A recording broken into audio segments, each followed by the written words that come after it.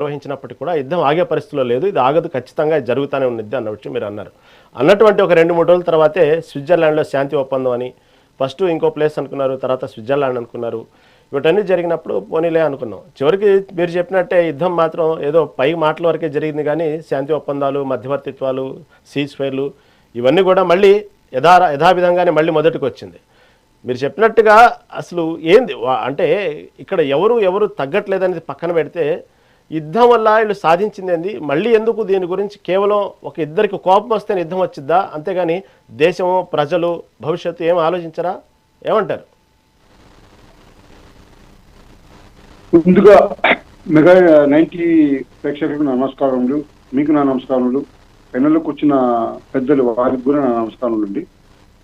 మనం ముందుగా మాట్లాడుకునే ముందు మనం వచ్చి నేను చెప్పాను లాస్ట్ చాలా డిబేట్లోనే, ఒక డిబేట్లో కాదు చాలా డిబేట్లో చెప్పాను, యుద్ధం వచ్చి ఆగదు అని చెప్పేసి క్లియర్గా చెప్పేశానండి. ఇది మటుకు ఒక సత్యం. ఇది యుద్ధం ఆగదు అని చెప్పేసి ఇది ఫస్ట్ మనం ముందుగా ఆలోచించాలని అంటే అందరూ బాగుండాలి ప్రపంచంలో, అందరిలో వాళ్ళలో మనం కూడా బాగుండాలని చెప్పేసి సర్వేజన సుఖినో భవంతు అని చెప్పేసి మనం కోరుకోవాలి. కానీ ఇక్కడ అది జరగడం లేదు. కేవలం పర్సనల్ ఇష్యూ తీసుకొని వాళ్ళు వచ్చి యుద్ధం చేస్తున్నారు. ఇక్కడ పర్సనల్ ఇష్యూ అంటే ఏంటి? అగైన్ ఇజ్రాయెల్ అమెరికా పక్కన ఉంది, ఇరాన్ వచ్చి ఇరాన్ అంచాలని చెప్పేసి ఇజ్రాయెల్కి ఉంది. కానీ కొన్ని విషయాలు చెప్పడం ఏంటంటే, ఒకటి అనవసరంగా ఒక ఇష్యూ తీసుకొచ్చారు తెర మీదకి. ఏం తీసుకొచ్చారు తెర మీదకి? ఇరాన్ వచ్చి అణ్వాయుధాలు తయారు చేస్తూ ఉందని చెప్పేసి. అదొక ఇష్యూ కాదండి. అదొక లాస్ట్ టైం కూడా మీకు చెప్పాను. ప్రతి ఒక్క చిన్న దేశం ప్రపంచంలో ప్రతి ఒక్క చిన్న దేశము అణ్వాయుధాలు వచ్చి చేసుకోవడం సర్వసాధారణం అయిపోయింది. ఎందుకంటే తమను తాము రక్షించుకోవాలి, దేశాన్ని రక్షించుకుంటూ ప్రజలను కూడా రక్షించుకోవాలి. ఇందులో ముఖ్యమైన విషయం ఇది. ఇక్కడ ఏం జరిగింది? Being a what's called veto power country America, Israel అందించిన సమాచారంతో ఇజ్రాయెల్ సమాచారం ఎందుకు అందించింది? ఇరాన్ని తొక్కబెట్టాలని చెప్పేసి, ఇరాన్ని అణుచుకోవాలని. సో ఇందులో ఇజ్రాయెల్కి లాభమే గాక ప్లస్ అమెరికాకి ఎంతో లాభం ఉంది. ఇక్కడ వ్యాపార సంబంధిత విషయాలు చాలా ఉన్నాయండి. ఎందుకంటే గల్ఫ్ కంట్రీస్ ఎస్పెషల్లీ ఇరాన్ వచ్చి హార్మోజ్ వచ్చి కంట్రోల్ చేస్తుంది కదా, కంట్రోల్ చేస్తున్న వాళ్ళకి టోల్ ఫీ వాళ్ళకి దొరుకుతుంది. ఇది సహజము, బహుశా పారంపర్యంగా చాలా రోజుల నుంచి వచ్చే ఇది. సో దీన్ని కంట్రోల్ చేయాలని అమెరికా ఎందుకు కంట్రోల్ చేయాలనుకుంటుంది? తమ కూడా కాకపోతే ముడి చమురు వచ్చి వాళ్ళ దేశంలో కూడా ఉత్పన్నం అవుతుంది. ఆ చమురు సపోజ్ ఇక్కడ కంట్రోల్ చేసుకున్నామంటే ఆ చమురు తమ దేశంలో ఉత్పన్నమయ్యే చమురు ఒక ఇది వాట్స్ కాల్డ్ ఒక రేటు, ఇక్కడికంటే రేటు ఉంటే వాళ్ళ రేటు కాస్త ఎక్కువ చేసి అమ్ముకోవాలని వాణిజ్యపరంగా వాళ్ళు ఆలోచిస్తున్నారు. ఇది ఒక పెద్ద తప్పిదం. ఇలాగ ఆలోచించకూడదు.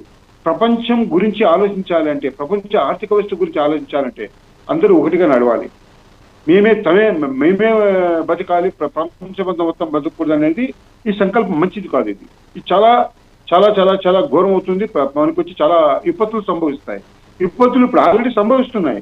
ఇప్పుడు మేడం చెప్పింది ఇందాక 8 లక్షల కోట్ల 8 లక్షలు అనేది 8 లక్షల కోట్లు అనుకుంటాను నేను. ఇప్పుడు ఐ థింక్ 8 లక్షల కోట్లు ఏది స్టాక్ మార్కెట్ నష్టం వచ్చింది అంటున్నారు మన దేశంలోనే. ఇది ప్రపంచ దేశాల గురించి ఆలోచించండి మీరు. వాళ్ళకి స్టాక్ మార్కెట్ లో వ్యాపారం ఉంది, వాళ్ళ గురించి ఆలోచించండి. వాళ్ళు కూడా ఇది. కానీ అమెరికా ఇదంతా ఆలోచించడం లేదు. నేను ముందుగా చెప్పాను, ఇప్పుడు కూడా చెప్తున్నాను. యుద్ధం అనేది ఈ యుద్ధం ఆగదండి. ఈ యుద్ధం ఆగదు. ఇది ముందుకు పోయి చాలా దారుణంగా దారి తీస్తుంది. ఇందులో కంట్రోల్ చేసుకోవాలి. ఎవరు యుద్ధం ఆపగలరంటే కేవలం ఇరానే ఆపగలదు. అమెరికా ఆపలేదు ఈ యుద్ధం, కేవలం ఇరాన్ ఆపగలదు. ఇరాన్కి వచ్చి చాలా నష్టం చేశారండి. అమెరికా దేశం వచ్చి ఒక దేశ నాయకుని, దేశ అధ్యక్షుని చంపేశారండి. దాని తర్వాత కొన్ని ఇన్సిడెంట్లు మీకు తెలిసిన విషయమే. మన సముద్ర గర్భాల్లో, హిందూ మహాసముద్రంలో జరుగుతున్న కాబట్టి what's called naval training ship ని, అందులో ఎంతమంది చనిపోయారో ఇంతవరకు నిర్ధారణ లేదు. 100 మంది చనిపోయారు అంటున్నారు. 100 మంది కాదు, క్రూస్ చాలా మంది ఉంటారు. ఎంతమంది చనిపోయారో ఇంతవరకు నిర్ధారణ కాల. ఓకే, అదొకటి. స్కూల్ పిల్లలు స్కూల్ మీద దాడి చేశారు. సో ఇవన్నీ వాళ్ళకి మనసులో ఉన్నాయి. దాని తర్వాత కేవలం కేవలం ఇజ్రాయెల్ మీద ఇరాన్ మీద పగ తీర్చుకోవాలని చెప్పేసి ఇజ్రాయెల్ అంతా కంప్లీట్ ఇది చేస్తా ఉంది. ఓకే, ఇది సమంజసం కాదు.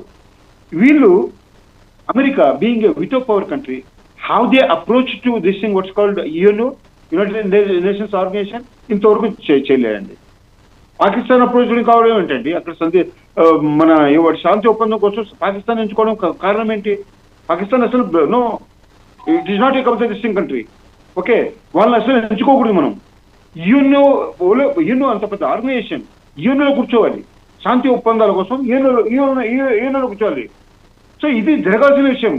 కానీ పాకిస్తాన్తో కేవలం తన దేశం అమెరికా పాకిస్తాన్కు ఫేవర్ చేయాలనే ఉద్దేశంతో పాకిస్తాన్లో కొంత ఈ శాంతి ఒప్పందం పెట్టారు, విచ్ ఇస్ టోటలీ రాంగ్. మనకు వచ్చి అక్కడ ఉండాల్సింది కాదు.